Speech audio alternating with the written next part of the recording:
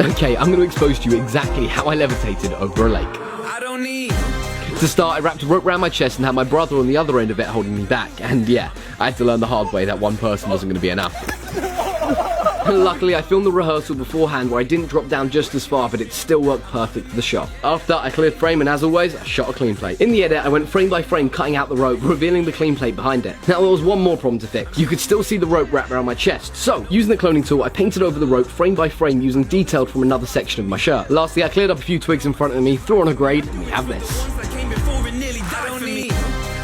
Here's how I chipped a ping pong ball into a pan and cracked it as an egg. I started off by attempting to hit a golf ball into a frying pan.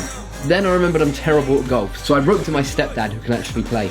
After he landed the shot, I stood in the same place as him, swung the club, and reacted as if I'd hit the ball. Then I took the first layer of my stepdad hitting the ball in and went frame by frame cutting out just the ball. I lined it up with a shot of me swinging at nothing, and just like that, I looked like a pro golfer. Now I need to make the egg splat in the pan, so I shot a layer of the egg landing in the pan exactly where the ball did. Then I simply cut around the egg as it smashed into the pan. Lastly, I lined up the egg splat just as the ball lands, and voila.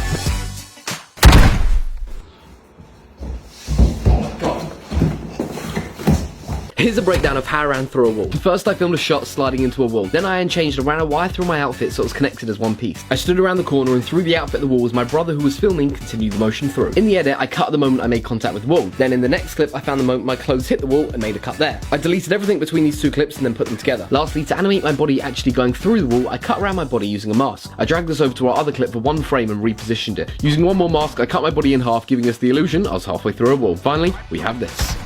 Here's a breakdown of how I jumped through a moving car and grabbed the camera from the window. First I filmed a shot majestically jumping in the air into nothing. Then I got my mum who was driving to simply drive past the camera. Next I filmed a shot where I was now inside the car and just before passing the camera leaned out the window as if I was trying to grab it. Lastly, I brought the camera in the car with me, leaned out the window, and as I was passing my stepdad who was filming, reacted as if I'd just snatched the camera from him. In the edit I went frame by frame masking around my body in the shadow as I ran towards the car. I lined the cutout of myself up with the car layer so as I jump my body looks like it's jumped through the car. I made a mask that cut around the wind mirror and halfway through my body as it made connection with the car. This gives us the illusion I've gone straight through the door. Next, I took the shot of my mum driving the car alone and masked out the windscreen. I tracked this layer on top of the main car shot where you can see me in the passenger seat. Now I was inside the car, I needed to make it look like I grabbed the camera. I cut our main shot at the point I felt my hand was in line with the camera. Then I cut in the next shot from inside the car at the point I passed my stepdad. All I had to do to make the cut seamless was duplicate my hand, freeze frame it, mask it out, and then animate its scale and position so it looks like my hand was directly reaching for the camera. And then when we put all of this together, we have this.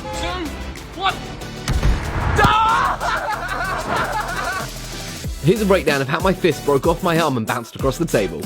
First, I filmed the video lip-syncing the song, and on the beat where I knew my hand was going to disconnect, I moved my eye line along as if I was looking at a bouncing fist. Yes, my fist is still there at this point. Then, on the mark where my fist landed, I filmed another layer of my fist bouncing across the table. I spent a few hours going frame by frame, cutting out the hand and then placing it on top of the other layer. Lastly, I needed to get rid of the real fist still connected to my hand, so I shot one last video of my sleeve smacking the table in the same place my fist landed. I cut this layer out, dropped it on top of the final shot, and there you have it.